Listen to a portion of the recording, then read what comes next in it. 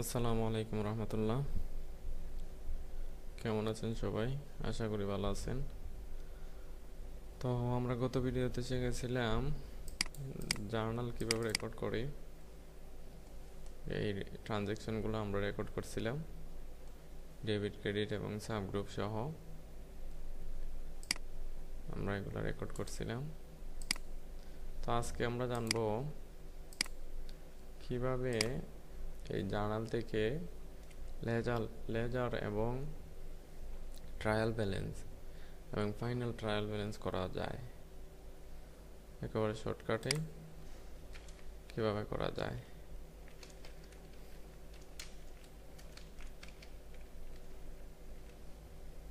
Journal বুক এটা,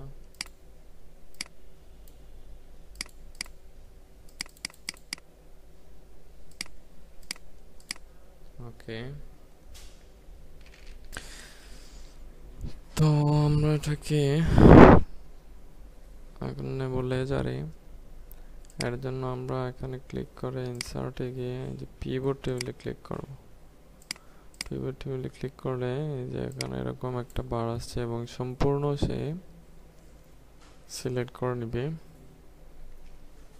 ওকে দেওয়ার সাথে সাথে সে আরেকটা সিটে নিয়ে নেবে। আরেকটা সিটে নেওয়ার পর আমরা এখান থেকে লেজারে কি কি থাকে সেটা সিলেক্ট করব। লেজার কি সেটা তো আমাদের জানতে হবে। অবশ্য অনেকেই জানেন, তারপরেও শর্ট করে বলি।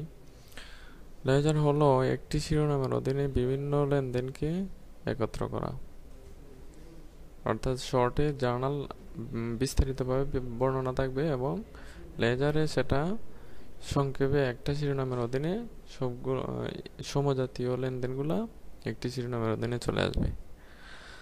তো আমরা লেজারের মধ্যে দেব date, subgroup, account title, debit and credit টাকা। এখন এটাকে আমরা ডিজাইনে গিয়ে সাব টোটাল অফ করে দেব এবং টিউবুলার শো ইন টিউবুলার ফর্মে করে দেব এবং রিপিট অল আইটেম লেভেল। হয়ে গেল আমাদের জার্নাল বুক, লেজার বুক। একেবারে সিম্পল। এই যে লেজার,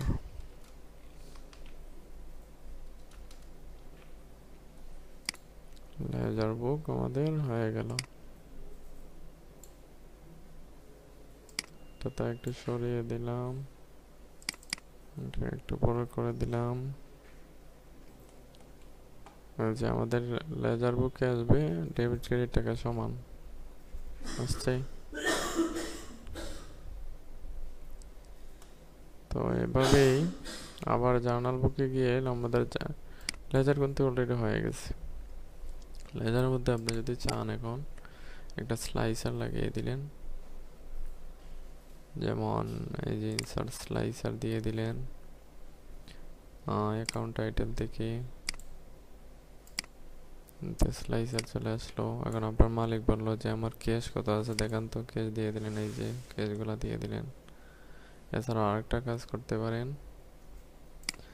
এই যে এখানে এসে ইনসার্ট টাইম লাইন, ডেটের জন্য একটা দিয়ে দিলেন। এখানে রেখে আপনার মালিক যদি বলে যে আমার আগস্ট মাসে কত টাকা ক্যাশ আউট হয়েছে এটা আমাকে একটু দেখাও, শুধু এখানে ক্লিক করবেন। এই যে আগস্ট মাসে কোনো লেনদেন নাই, জুন মাসে কি হয়েছে, জুলাই মাসে নাই, আগস্ট নাই, সেপ্টেম্বর নাই, অক্টোবর নাই, নভেম্বরে এই সবগুলো হয়েছে। এভাবে আপনি চাইলে টাইম লাইনটাও জুড়ে দিতে পারেন।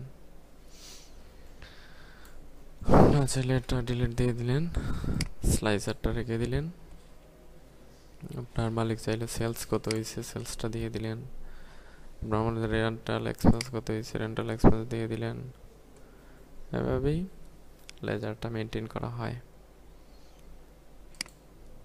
এবং এখানে একটা কাজ করি,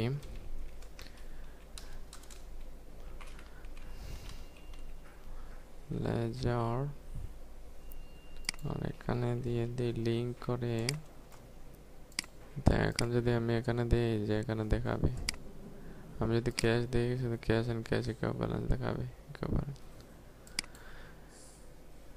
তো এভাবেই করা হয় একটা সাধারণত একটা লেজার বুক। চলুন ট্রায়াল ব্যালেন্সে যাওয়া যাক। ট্রায়াল ব্যালেন্সে এভাবে এখানে এসে ইনসার্টে গিয়ে পিভট টেবিলে ক্লিক করে ওকে করে দিলে ট্রায়াল ব্যালেন্সের জন্য চলে আসছে। ট্রায়াল ব্যালেন্সে আমরা সাধারণত সংক্ষিপ্তকরণ রেওয়া মিল আমরা লেজারে সমজাতীয় সবগুলা লেনদেনকে একটি শিরোনামের অধীনে নিয়ে আসছি। এখন ট্রায়াল ব্যালেন্সে শুধু টাকার পরিমাণগুলা একটা শিরোনামের অধীনে নিয়ে আসব। তো এখানে আমরা অ্যাকাউন্ট টাইটেলটা দেব, সাবগ্রুপটাও দিতে পারি এবং ডেবিট এন্ড ক্রেডিট টাকা, বাস হয়ে গেল।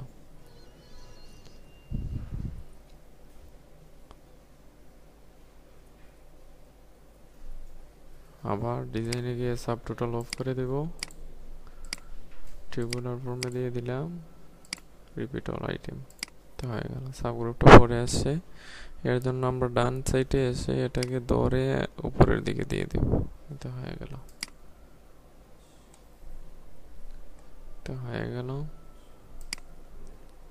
চাইলে আপনি এটা জেড বা তাকে বা উল্টাতেও পারেন, এই যে এভাবেও শর্ট আউট করলেন।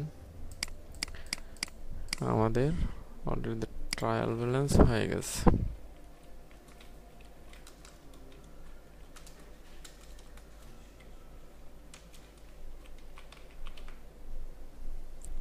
ট্রায়াল ব্যালেন্স আমাদের হয়ে গেল।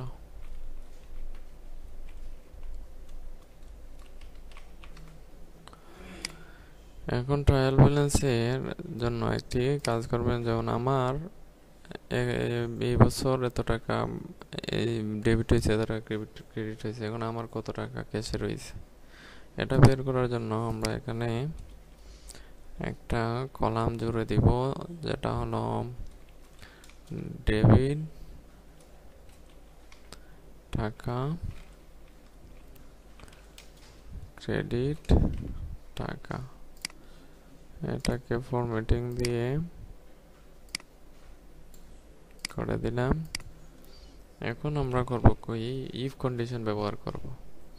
ইফ যদি ডেবিট টাকা যদি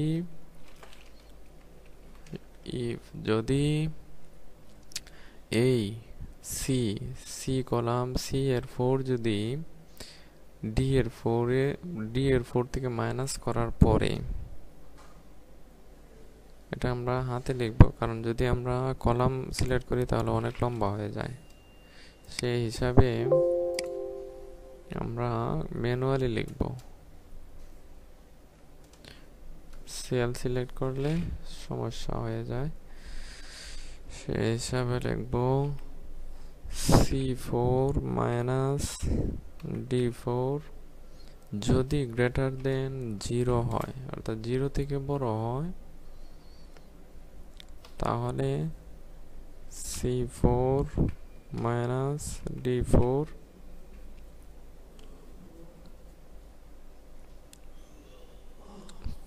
শূন্য রাখবে। যদি ছোট হয় তাহলে বড় হয় তাহলে দেখাবা, আর যদি ছোট হয় তাহলে শূন্য দেখাবা। এই তো ডাবল ক্লিক করে দিলাম, ডেবিটের টাকা সবগুলা চলে আসলো। আবার ইফ যদি D4 এই যে এই যে 4 D4 minus C4 greater than 0 হয়, তাহলে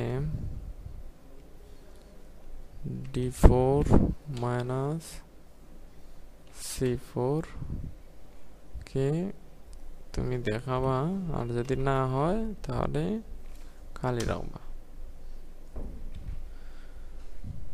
এই যে আমরা টেনে দিলাম, ডাবল ক্লিক করে হয়ে গেল। এখন এই সবগুলোর যোগফল কি আসে,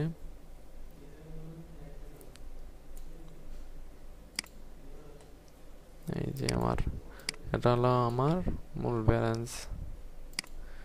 আমার ডেবিট ক্রেডিট হওয়ার পরে এই টাকা আমার ব্যালেন্স হয়েছে।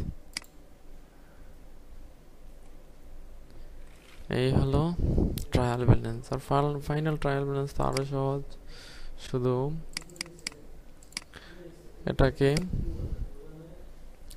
কন্ট্রোল চেপে টান দিয়ে এটাকে এনে দিয়ে দিলেন final trial balance.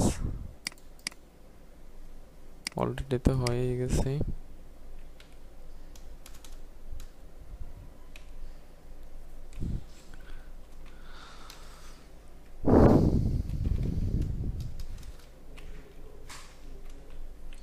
Final trial balance দিলেন, ফাইনাল ট্রায়াল ব্যালেন্সে এসে পেস্ট স্পেশাল করে দিলেন। যদি কোনো লিঙ্ক করা থাকে তাহলে চলে যাবে।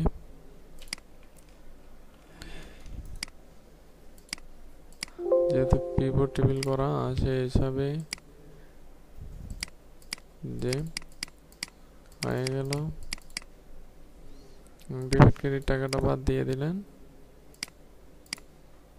জাস্ট ফরম্যাটটা অফ করে দিলেন, নো ফিল করে দিলাম। সাবগ্রুপ চাইলে রাখতে পারেন, না চাইলে সমস্যা নেই। ওকে, এই তো হয়ে গেল ফাইনাল ট্রায়াল ব্যালেন্স। এটা করার কারণ ধরুন ফাইন্যান্সিয়াল স্টেটমেন্টগুলো করতে সুবিধা হয়, তাড়াতাড়ি করতে পারবেন। তো ইনশাল্লাহ আমরা পরবর্তীতে ফাইন্যান্সিয়াল স্টেটমেন্টগুলো আস্তে আস্তে করব, একটা একটু করে। তো হয়ে গেল ডেবিট ক্রেডিট টাকা সমান ব্যালেন্স। তো এই ছিল আজকের video, ledger, trial balance, final trial balance. ইনশাল্লাহ পরবর্তীতে আমরা শিখব ফাইন্যান্সিয়াল স্টেটমেন্টগুলো, নোট বানানো, তারপরে profit and loss statement, balance sheet, changes in equity, capital details, depreciation, এক এক করে জানবো। সে পর্যন্ত আপনারা সবাই ভালো থাকুন। আসসালামু আলাইকুম রহমতুল্লাহ।